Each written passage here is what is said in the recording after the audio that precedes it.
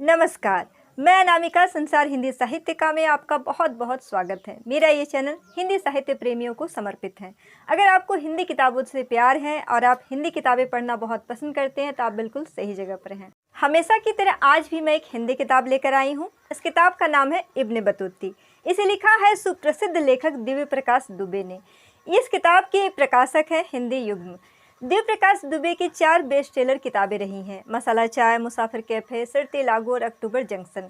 ये स्टोरीबाज के नाम से कहानियां भी सुनाते हैं। ये एक फुल टाइम लेखक हैं। इब्न बतूती माँ और बेटे के रिश्ते पर आधारित कहानी है। एक माँ जिसकी दुनिया सिर्फ उसका एक बेटा है और एक बेटा जो अपनी माँ को एक नया जीवन देना चाहता है।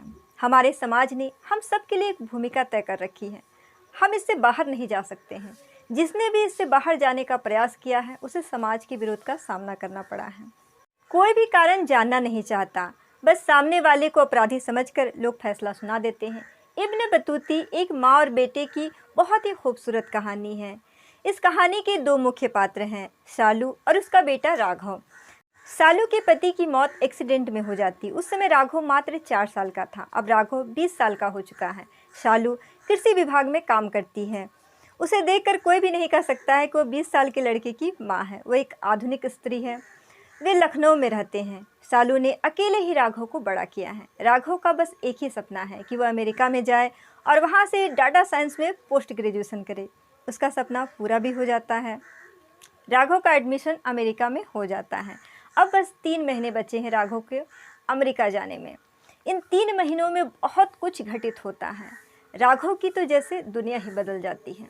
शालू की तबीयत अचानक बहुत बिगड़ जाती है और उसे अस्पताल में एडमिट होना पड़ता है। राघव की गर्लफ्रेंड है निशा। राघव उसे उसके घर जाने को कहता है और ये कहता है कि उसकी माँ के लिए कपड़े लेते आए और कुछ सामान लेकर आए। निशा जब राघव के घर जाती है तो वहाँ पर उसे एक संदूक मिलता है और अनजाने में ही निशा को शालू का अतीत पता चल जाता है। राघव ने उस संदूक को कभी नहीं खोला था। निशा राघव से उस संदूक के बारे में बताती है।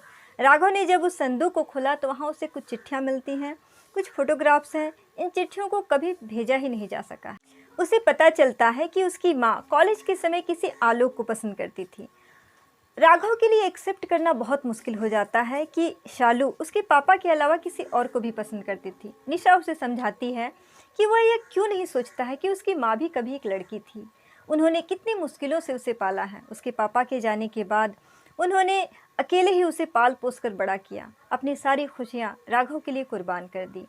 निशा उससे कहती है कि उसे अपनी माँ की दूसरी शादी के बारे में सोचना चाहिए। शुरू में राघव भी इस बात को मानने के लिए तैयार नहीं होता है। फिर वह इस बात को बहुत ही गंभीरता से सोचता है। वह सोचने लगता है कि जब वो अमेरिका चला जाएगा तब उसकी माँ का क्या होगा। वो तो बिल्कुल अकेली रह जाएंगी और वहाँ उनकी देखभाल करने वाला या उनका सुख दुख बांटने वाला कोई भी नहीं है। वह मन ही मन यह सोच लेता है कि वह अपनी माँ की दूसरी शादी के बारे में उनसे बात करेगा। इधर शालू बहुत परेशान है, बहुत दुखी भी रहती है कि अब राघव उसके साथ नहीं रहेगा। जैसे जैसे राघव के अमेरिका जाने का समय आने लगता है, शालू के लिए दिन काटना बहुत मुश्किल हो जाता है। वो अपने मन की बात राघव पर जाहिर नहीं करना चाहती थी।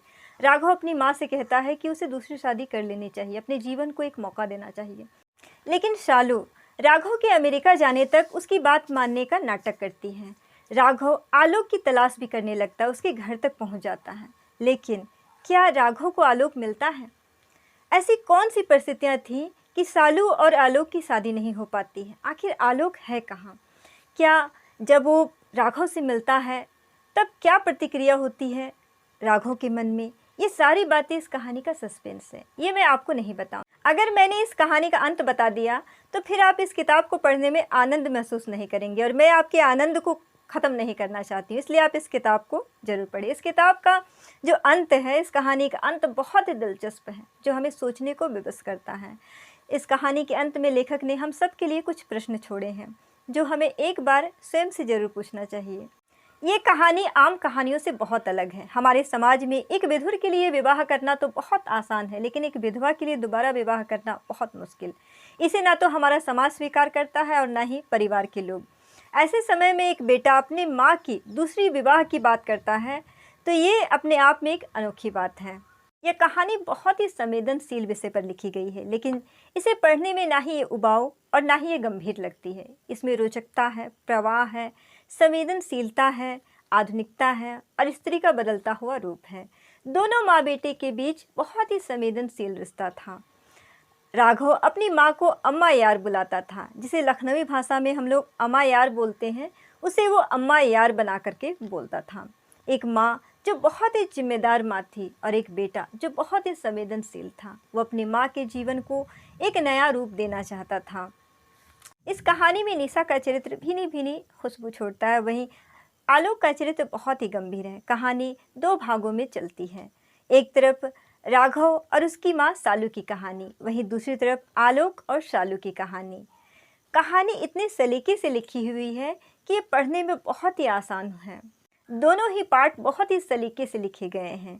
एक साथ दोनों भाग चलने के बावजूद भी ये कहानी को भटकने नहीं देते, बल्कि उसे और भी गहराई से समझने में मदद करते हैं। इस किताब की शुरुआत में ही लेखक ने कहा है कि माँ जो कभी एक 20 बरस की लड़की थी, उस लड़की के नाम। यह लाइन बताती है कि लेखक स्त्रियों के प्रति कितने संवेदनशील थे। मैं भी एक लड़की हूँ, तो मेरी तरफ से देव प्रकाश दुबे को बहुत बहुत धन्यवाद कि उन्होंने इतनी अच्छी किताब लिखी। यह किताब बहुत ही अच्छी किताब है। अगर आपने अब तक नहीं पढ़ी है तो इसे एक बार ज़रूर पढ़ें। आज के लिए इतना ही। मेरा ये वीडियो आपको कैसा लगा नीचे कमेंट बॉक्स में लिखकर जरूर बताइएगा। अगर अच्छा लगा तो इसे लाइक कीजिएगा, दोस्तों के बीच शेयर कीजिएगा। अगर अब तक मेरे इस चैनल को सब्सक्राइब नहीं किया है तो इसे सब्सक्राइब कर ले, साथ ही बेल आइकन को प्रेस कर दे ताकि मेरे वीडियो का पहला नोटिफिकेशन सबसे पहले आप तक पहुँचे। मिलते हैं अगले वीडियो में, तब तक किताबें पढ़ते रहिए, किताबों से जुड़े रहिए।